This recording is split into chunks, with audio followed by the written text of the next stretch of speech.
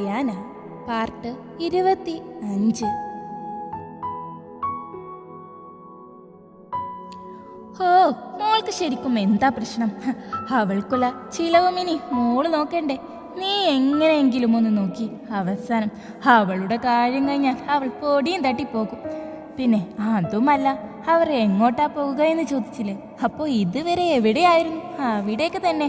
സീമ, ആ കാര്യത്തിൽ ഇവളെ ഞാൻ സമ്മതിച്ചിരിക്കുന്നു. സ്വന്തം അച്ഛന് വേണ്ടി, പണത്തിന് വേണ്ടി ഇവൾ ഓടി നടന്നത് കണ്ടവരാ നമ്മൾ. അവളുടെ ആ ചേട്ടനോ അവനോ കണ്ടിട്ടുമൊന്ന് സഹായിച്ചോ? ഇല്ല. അവിടേക്ക് മറ്റൊരു അയൽവാസി ചേച്ചി വന്നുകൊണ്ട് പറഞ്ഞു, അല്ല മോളെ, എന്താ നിന്റെ മനസ്സിൽ? എങ്ങനെ സാധിക്കുന്നു ഇങ്ങനെ ക്ഷമിക്കാൻ? ഈ ഭൂമിയിൽ ആരും അധിക കാലമൊന്നും ജീവിക്കാൻ പോകുന്നില്ല. ഇന്നോ നാളെയോ അല്ലെങ്കിൽ ഏത് നിമിഷവും എന്ത് സംഭവിക്കാം. അതല്ലേ ജീവിതം. ഉള്ളത് എല്ലാം ക്ഷമിച്ചു കൊടുക്കുക. ഇന്ന് നമ്മളൊരു നന്മ ചെയ്താൽ വേറെ രീതിയിൽ അത് നമുക്ക് തിരിച്ചു കിട്ടുമെന്ന് ഞാൻ വിചാരിക്കുന്നു. പിന്നെ അമ്മയെ നിങ്ങൾക്ക് അറിയുന്നതല്ലേ, ചേട്ടനെ ഒത്തിരി ഇഷ്ടമാണ് നമുക്ക്. ചേട്ടനും കൂടെ പോയപ്പോൾ അമ്മ ഒത്തിരി തളർന്നിരുന്നു. ഇപ്പോൾ ചേട്ടൻ വന്നപ്പോൾ ഒത്തിരി സന്തോഷവതിയാണ്. അത് തന്നെ ധാരാളം. അയാന, നീ ഇങ്ങനെ പാവമായി നിന്നോ? അവൾ എന്നാ നിന്റെ തലയിൽ കയറി കളിക്ക എന്ന് നോക്കിക്കോ. ഇനിയും എന്തെങ്കിലുമൊക്കെ വന്നാൽ ഞങ്ങൾ തന്നെ കാണൂ, അല്ലാതെ അവൾ കൂടെ കാണുമെന്ന് വിചാരിക്കണ്ട. നിങ്ങളെല്ലാം ഉള്ളത് കൊണ്ടാണ് ചേച്ചി ഞങ്ങൾ ഇവിടെ ജീവിക്കുന്നത് തന്നെ. ഇല്ലെങ്കിൽ ഒരു കൂട്ട ആത്മഹത്യ ഇവിടെ എന്നോ കടന്നു പോയേനെ. മോളെ, പഴയതൊന്നും ആലോചിക്കാൻ നിൽക്കാതെ മോളെ ചെല്ല്. സീമ, അയാന നടന്നു പോകുന്നതും അവർ രണ്ടുപേരും നോക്കി നിന്നു. ഇവളിങ്ങനെ പാവമായി ഒന്നും തല തിരിഞ്ഞു പോയി. ലീന, ഇങ്ങനൊരു മോളെ കിട്ടിയത് തന്നെ അവരുടെ ഭാഗ്യം. ഇല്ലെങ്കിൽ അവൻ മാത്രമാണെങ്കിൽ ഇവരെന്നോ തെരുവിലിറങ്ങി തെണ്ടേണ്ടി വന്നേനെ. സീമ, ഇങ്ങനെ ഒരാൾ കിട്ടാൻ വേണം ഭാഗ്യം. ലീന, അതും പറഞ്ഞു അവർ അവിടെ നോക്കി നിന്നു. അയാന കാലും കഴുകി അകത്തേക്ക് കയറാൻ നിൽക്കുമ്പോൾ അവിടെ ഏട്ടത്തിയമ്മ വന്ന് നിൽപ്പുണ്ട്. അവരെ കണ്ടതും അവളൊന്ന് പുഞ്ചിരിച്ചു. മോളെ, മോൾ ക്ഷീണിച്ചല്ലോ. ഏട്ടത്തിയമ്മ അത് കേട്ടതും അവളൊന്ന് അവരെ നോക്കി. അപ്പോൾ അവൾക്ക് ഓർമ്മ വന്നത് ഒരു ദിവസം. മോളെ, ആകെ ക്ഷീണിച്ചല്ലോ, വേഗത്താ. അമ്മ, പിന്നെ ഇവളെന്താ അവിടെ മല മറിക്കാൻ അല്ലേ പോയിരുന്നേ? ഏട്ടത്തിയമ്മ, എന്താ അമ്മു ആലോചിക്കുന്നേ? ഏട്ടത്തി, ഒന്നുമില്ല. അയാന, അവൾ അതും പറഞ്ഞു അവൾ കേറാൻ നിന്നതും. അല്ല അമ്മു, ആ അപ്പുറത്തെ വീട്ടിലെ ചേച്ചിയെല്ലാം അവിടെ നിന്നും നിന്നോടെന്തോ ചോദിക്കുന്ന കണ്ടല്ലോ, എന്ത് പറയുക? ചേട്ടത്തി, അവർ അവളോടായി ചോദിച്ചതും. ഓ, അപ്പൊ അതാണ് കാര്യം. അതറിയാൻ വേണ്ടി വന്നതാണല്ലേ? അയാന ആത്മ,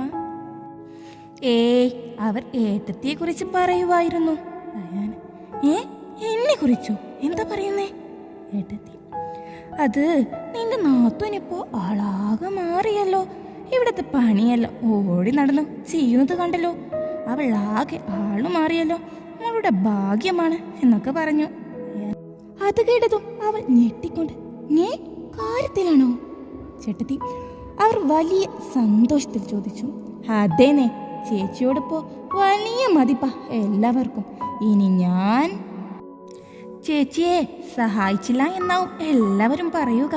ഞാൻ, അങ്ങനെയൊന്നും പറയില്ല. നീ പണിക്കെല്ലാം പോകുന്നതല്ലേ, മോള് വാ. ചേട്ടത്തി, അവർ വലിയ സന്തോഷത്തോടെ അവളെ അകത്തേക്ക് വിളിച്ചു. അവളും സന്തോഷത്തോടെ കയറി. അപ്പോ ഇതെല്ലാം കണ്ടുകൊണ്ട് ആളിലിരിപ്പുണ്ട്. ചേച്ചിയെ, ഇവിടെ നല്ലൊരു സീനുണ്ടായിരുന്നു. അതാണ് നാട്ടുകാർക്ക് വരെ നല്ല മതിപ്പ്. അപ്പോ അവർ അകത്തേക്ക് കയറിയ ഉടനെ അപ്പോ അത് പറഞ്ഞതും ഏട്ടത്തി ദേഷ്യത്തോടെ അവനെ നോക്കി. അവൻ കണ്ടിട്ടും കാണാത്ത പോലെ അയാനയെ നോക്കി. അയാനക്ക് കാര്യം മനസ്സിലായെങ്കിലും അവൾ അറിയാത്ത പോലെ നിന്നു. എന്താ അപ്പു? അതൊന്നുമില്ല, ഇവർ ഓരോന്ന് പറയുക. ഞാൻ കുഞ്ഞുണർന്നു നോക്കട്ടെ. ഏട്ടത്തി. അതും പറഞ്ഞു അവർ താടി തപ്പി. അല്ല, അമ്മ എവിടെ? ഞാൻ അപ്പുറത്തെ വീട്ടിൽ പോയിരിക്കുക. മോനെ, പശുവിനെ പുല്ലെല്ലാം ഇട്ടുകൊടുത്തോ? ഞാനിവിടെ ഇല്ലെങ്കിൽ വൈകാതെ പശു ചാകും. അമ്മ മൂളിക്കൊണ്ട് പുറത്തേക്കിറങ്ങി. കൂടെ അപ്പു. പുല്ല് നീ അരിഞ്ഞോ? ഇല്ലെങ്കിൽ ഇവറ്റകളൊന്നും കഴിക്കില്ല. ചേച്ചി അലക്കാൻ ഇറങ്ങുവല്ലേ. എന്നാലേ ചേട്ടത്തിയമ്മ ഇല്ലാത്ത ടൈം ഇപ്പൊ നോക്കി വേഗം വിട്ടോ, ഇല്ലെങ്കിൽ അവരുടേതുകൂടെ ഇങ്ങ് തരും. അപ്പു. എന്നാ അകത്തു നിന്നും ആ കത്തിയും എടുത്തോ, പുല്ലും അരിഞ്ഞുകൊണ്ട് വരാം. അങ്ങനെ അവർ വീട്ടിലെ ഓരോ തമാശകളെല്ലാം പറഞ്ഞു അലക്കലും പുല്ലരിയലും എല്ലാമായി വീട്ടിൽ തിരിച്ചെത്തുമ്പോൾ അമ്മ വിളക്കെല്ലാം വെച്ചിരുന്നു. അങ്ങനെ കുളിയും കഴിഞ്ഞു അവർ അടുക്കളയിലേക്ക് വരുമ്പോൾ രാവിലത്തെ ഭക്ഷണം തന്നെ ഉള്ളതുകൊണ്ട് വേറെ വെക്കാനും പോയിട്ടില്ല. അമ്മ ചേട്ടനെ പോയി ഇടക്കിടക്ക് നോക്കുന്നുണ്ടെങ്കിലും അയാനെയോ അപ്പോ പിന്നീട് ആ മുറിയിലേക്ക് പോയിട്ടില്ല. അങ്ങനെ രാവിലെ തന്നെ അയാന കുളിച്ചു. പണ്ട് അച്ഛൻ വാങ്ങിച്ചു കൊടുത്ത ഒരു താവണയും എടുത്തു. മുടിയെല്ലാം വിടർത്തിയിട്ട് അയാന ഇറങ്ങി.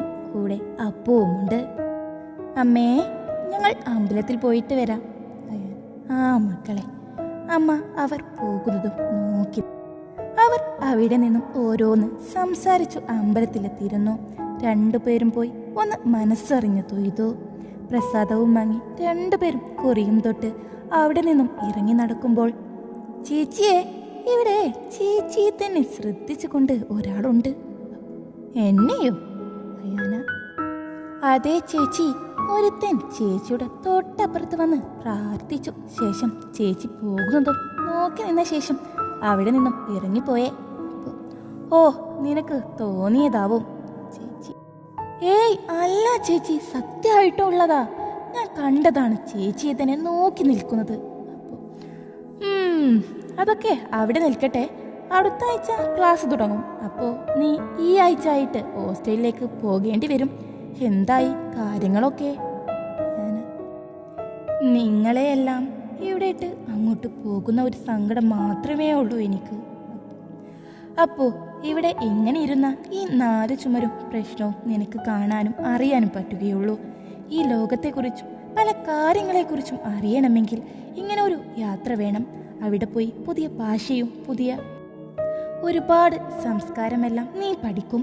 അങ്ങനെ നല്ലൊരു യൂണിവേഴ്സിറ്റിയിൽ അഡ്മിഷൻ കിട്ടിയത് നിന്റെ ഭാഗ്യമാണ്. അല്ലാതെ ഇവിടെ കിടന്നു നിന്റെ ജീവിതം എൻ്റേതുപോലെ ഒന്നുമാവാതെ കളയാൻ പറ്റില്ല.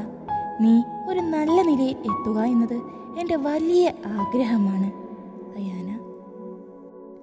ചേച്ചിയെയും അമ്മയും ഓർത്തേ എനിക്ക് സങ്കടമുള്ളൂ. ഞാൻ എനിക്കാവുന്ന പോലെ നന്നായി പഠിക്കും ചേച്ചി. അത് കേട്ടതും അയാന സന്തോഷത്തോടെ അവനെ നോക്കി. അങ്ങനെ സന്തോഷത്തോടെ നടന്നു പോകുന്ന അവരെ ഒരാൾ ശ്രദ്ധിച്ചുകൊണ്ടേയിരുന്നു. ചൂലുമെടുത്ത് ഏട്ടത്തി മുറ്റവും വാരുന്നുണ്ടെങ്കിലും കണ്ണ് എപ്പോഴും റോട്ടിലേക്ക് തന്നെയാണ്. ഇടക്ക് പാളി നോക്കുന്നുമുണ്ട്. ഒരു ദിവസം ഞാൻ പണിയെടുത്തോളാം എന്ന് പറഞ്ഞോണ്ട് ആ തള്ള കിടത്തം തന്നെ.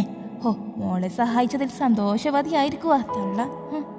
മോളോ ചത്തുപോയ അച്ഛൻ്റെ പിറന്നാൾ ആഘോഷിക്കാൻ പോയിരിക്കുന്നു. ചോറുണ്ടാക്കി, അതിലേക്ക് കറിയും ഉപ്പേരിയും ഉണ്ടാക്കി, അപ്പം ചമ്മതി എല്ലാം ഉണ്ടാക്കി. എല്ലാം രാവിലെ തന്നെ ആകുന്നത് നിർബന്ധമാണല്ലോ. അവസാനം ഒന്ന് തൂത്ത് തുടക്കാനുണ്ടോ വരുന്നു? എങ്ങനെ വരുന്നേ? അതും കഴിഞ്ഞിട്ട് പതിയെ വരാനുള്ള പ്ലാനാവും. ആ കുരുത്തം കിട്ട ചെക്കിനുമുണ്ടല്ലോ കൂടെ. പശുക്കളെ വേണമെങ്കിൽ വന്നിട്ട് നോക്കണം, ഇല്ലെങ്കിൽ ചത്തു പോകുമ്പോൾ മനസ്സിലായിക്കോളും. അതും കൂടെ ഞാൻ നോക്കുമോ എന്ന് വിചാരിക്കരുത്. അങ്ങേർക്കാണെങ്കിൽ ഒന്നും അറിയണ്ട, ഒരു മൂലയിൽ കിടന്നാ മതിയല്ലോ. ഇയാളെ കെട്ടി എൻ്റെ ജീവിതം തുലഞ്ഞു. എത്ര നല്ല വലിയ വീടുകളിൽ നിന്നും കല്യാണം വന്നതാ. എന്നിട്ട് കെട്ടിയതോ ഇവനെയും. ഇപ്പോൾ ഇതാ കിടപ്പിലും. എങ്ങനെ കാലാകാലം ഇവിടെ കഴിഞ്ഞു. എൻ്റെ ജീവിതം നശിപ്പിക്കാനൊന്നും എനിക്ക് പറ്റില്ല. ഓരോന്ന് നുള്ളിപ്പെറുക്കി പറയുന്ന ഇവളെ അപ്പുറത്തെ വീട്ടിലെ കുടുംബശ്രീ അംഗങ്ങൾ നോക്കുന്നുണ്ട്. സീമേ, ഇവളെ എൻ്റെ മരുമോളെ പോലെ മുഖവും വീർപ്പിച്ച് ഓരോന്ന് നുള്ളിപ്പെറുക്കി പറഞ്ഞാണല്ലോ പണിയെടുക്കുന്നത്. ലീന. ഓ ഇതിന്റെ സ്വഭാവം വെച്ച് അവിടെയുള്ളവർക്ക് എന്നാണ് വിഷം കൊടുക്കുന്നതെന്നും പറയാൻ പറ്റില്ല. സീമ, നമുക്കൊരു പണി കൊടുത്താലോ? ശാന്ത, എന്ത്? സീമ, വാ. അവർ 3 പേരും കൂടെ വേലിയുടെ അവിടേക്ക് വന്നു. തുടരും. കഥ ഇഷ്ടമായാൽ ഒന്ന് സബ്സ്ക്രൈബ് ചെയ്യാനും ഈ വീഡിയോക്ക് ഒരു ലൈക്ക് ചെയ്യാനും മറക്കില്ലേ കൂട്ടുകാരെ.